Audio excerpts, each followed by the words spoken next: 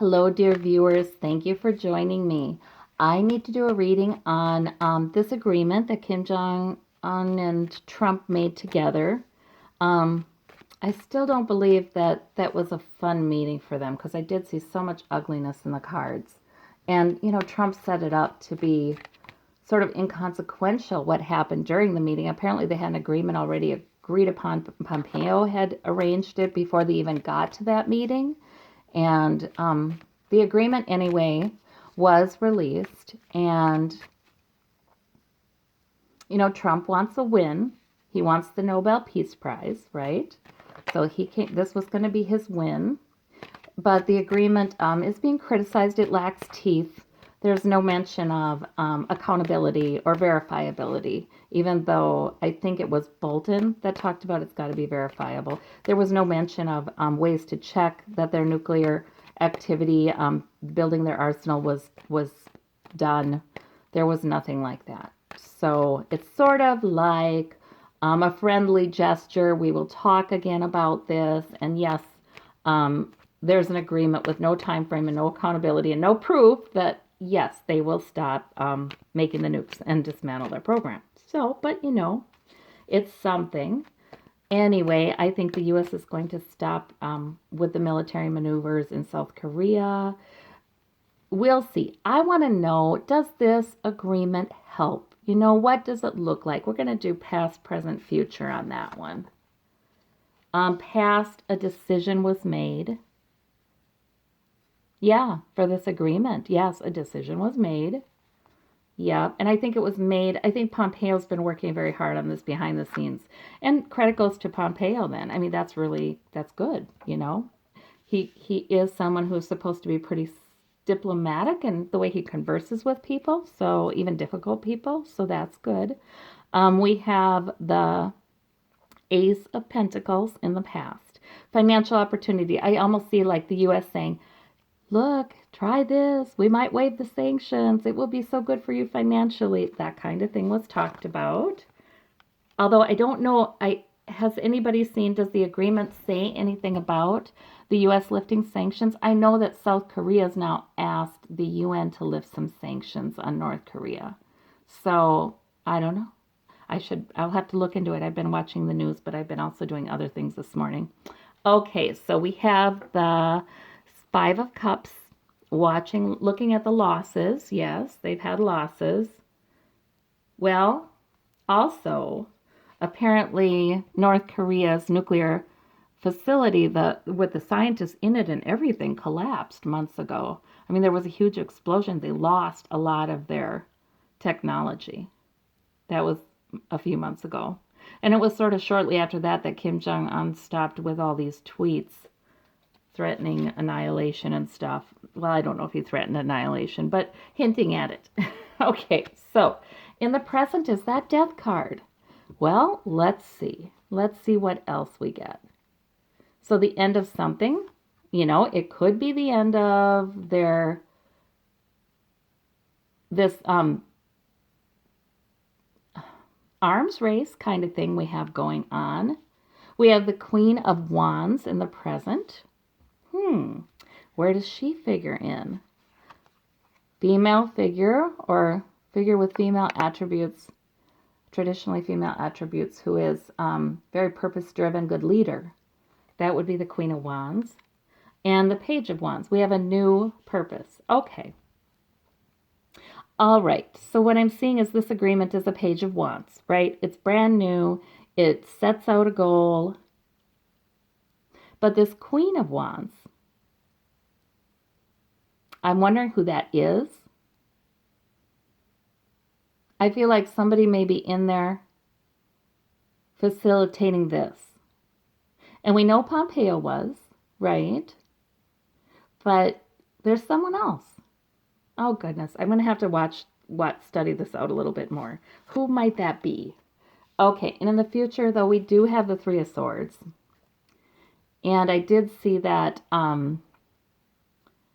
in a reading I did about Kim Jong-un recently, like a month ago, 2 months ago, he said something about he told South Korea, yes, I will stop with these the advances of my nuclear program, so on and so forth.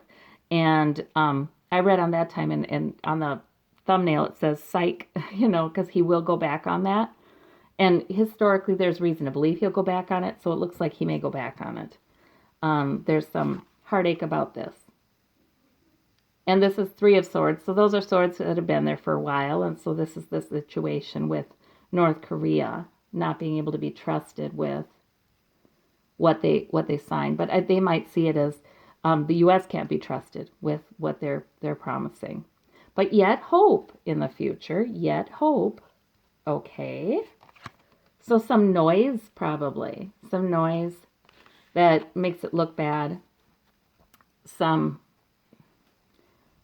public statements or something. But the Magician, that could really be some manipulation.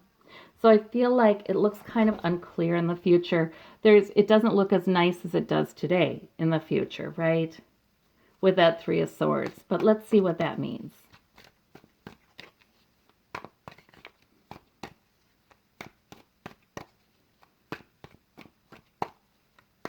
Yeah, it was so weird. They were so hard to read, both of them. I mean, they were saying what they'd planned to say, and especially Trump saying positive things, but they did not look friendly at all after the meeting.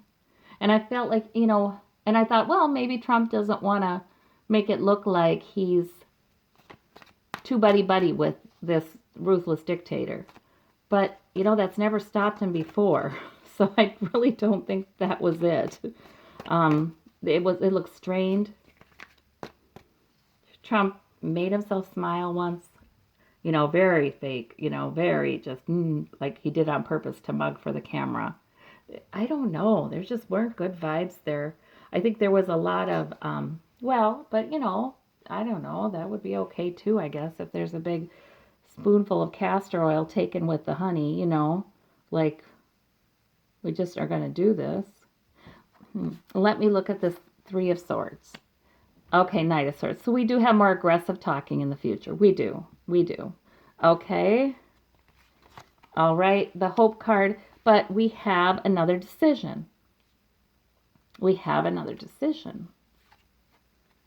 Okay.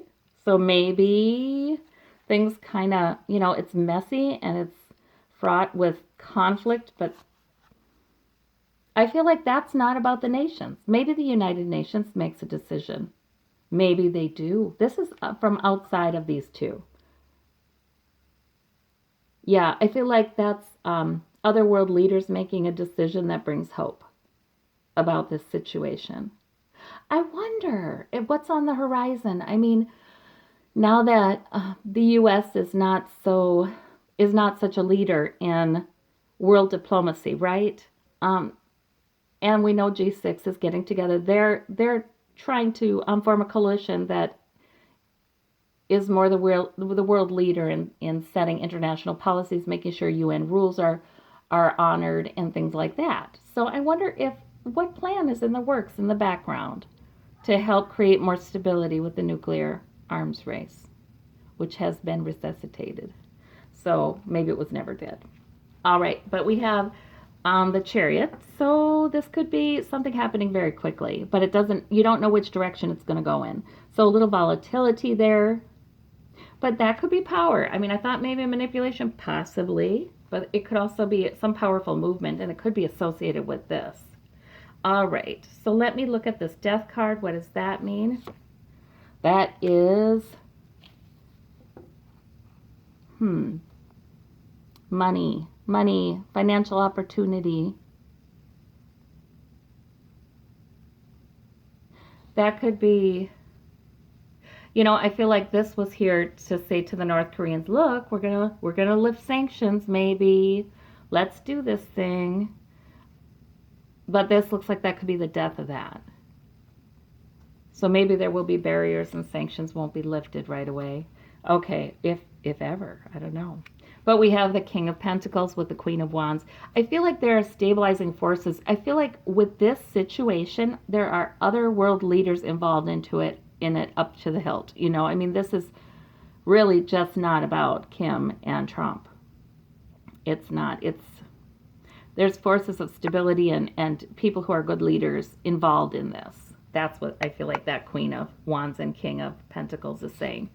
They're getting a lot of help. Well, the stakes are high, right? Nobody wants nuclear war. We have two leaders who can be impulsive and angry and charging forward like this and speaking. And I think, other world leaders and other organizations have worked very hard to try to stabilize things there. And even, yes, the major financial interests globally have worked hard to stabilize things there, I think. So watching and waiting for their ship to come in. They got just a beginning, watching and waiting, hoping it works. But they are watching each other, these two nations, of course, very carefully.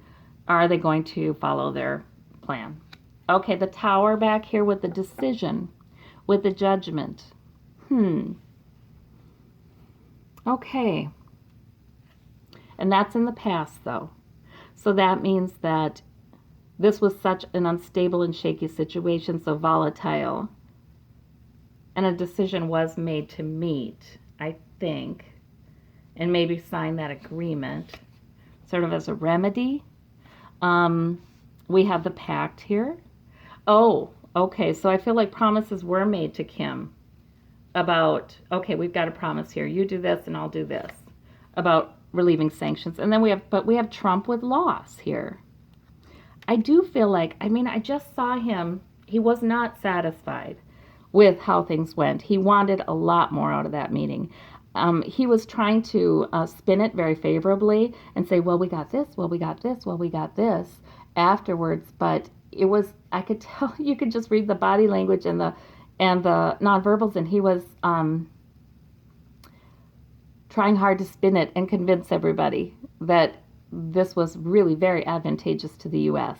Because it's like he walked into that knowing he was going to get all kinds of criticism, that he really didn't get any commitment from Kim Jong-un. So he knew he'd come into some pretty severe criticism. I still do think that meeting went stormy. I think it was, but in the end, I do believe that they both had almost pretty much agreed to do this, to do some sort of agreement and sign some sort of thing. And Pompeo already had a version or versions of that thing that they would. I think he really organized this. So I think they had that set up ahead of time and they followed through on that, no matter how unhappy Trump was with the outcome, because I think he was very unhappy with it. But he wants that win. So that's a good thing. That's a good thing. He's concerned about a win. He's concerned about what other people think. That's good. He would really love that Nobel Peace Prize. He really would.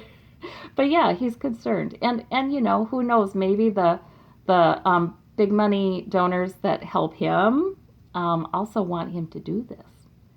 So, and be more agreeable and knock it off. So we'll see, I guess. It doesn't look bad. It doesn't look bad, the outcome. It looks unstable.